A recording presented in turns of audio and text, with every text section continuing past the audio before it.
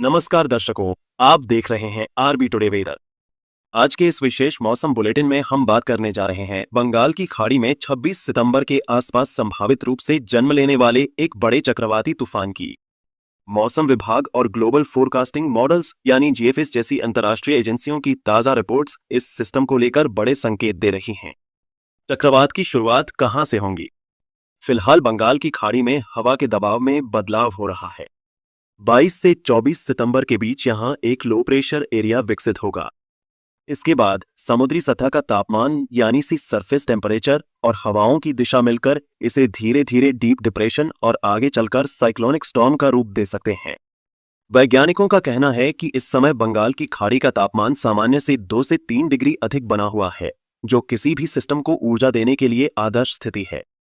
यही वजह है कि जीएफएस मॉडल इस सिस्टम को काफी ताकतवर चक्रवात के रूप में दिखा रहा है।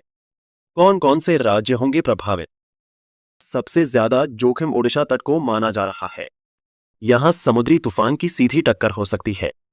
पश्चिम बंगाल तटीय और भीतरी हिस्सों में भारी वर्षा के साथ साथ तेज हवाएं चल सकती हैं।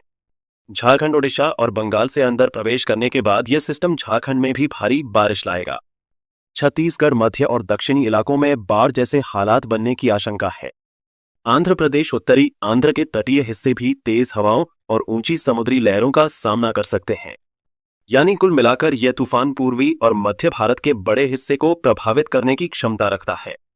जीएफएस मॉडल क्या दिखा रहा है? ग्लोबल फोरकास्टिंग सिस्टम यानी जीएफएस मॉडल की ताजा रन के अनुसार 24 सितंबर तक लो प्रेशर बनेगा। 25 और 26 सितंबर को यह सिस्टम तेजी से गहराएगा। 26 या 27 सितंबर के आसपास यह चक्रवात के रूप में विकसित होकर ओडिशा या उत्तर आंध्र प्रदेश के तट पर लैंडफॉल कर सकता है।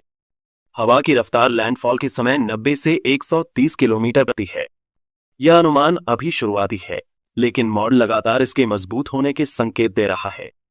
किस तरह का नुकसान हो सकता है?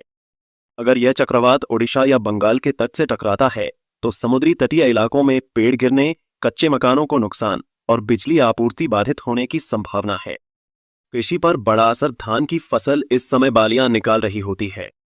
तेज हवाएं और भारी वर्षा सीधे फसलों को नुकसान पहुंचा सकती हैं। बाढ़ की स्थिति। झारखंड, छत्तीसगढ़ और ओडिशा के निचले इलाकों में नदियों का जलस्तर तेजी से बढ़ सकता है। मत्स्य उद्योग मछुआरों के लिए यह समय बेहद खतरनाक हो सकता है। ऊंची लहरें और समुद्र में उथल पुथल जानलेवा साबित हो सकती है। क्या यह शक्तिशाली चक्रवात बनेगा? मौसम वैज्ञानिकों की राय में इस सिस्टम के पास कैटेगरी 1 साइक्लोन बनने की पूरी क्षमता है। यदि यह और अधिक ऊर्जा प्राप्त करता है तो सीवियर साइक्लोनिक स्टॉर्म भी बन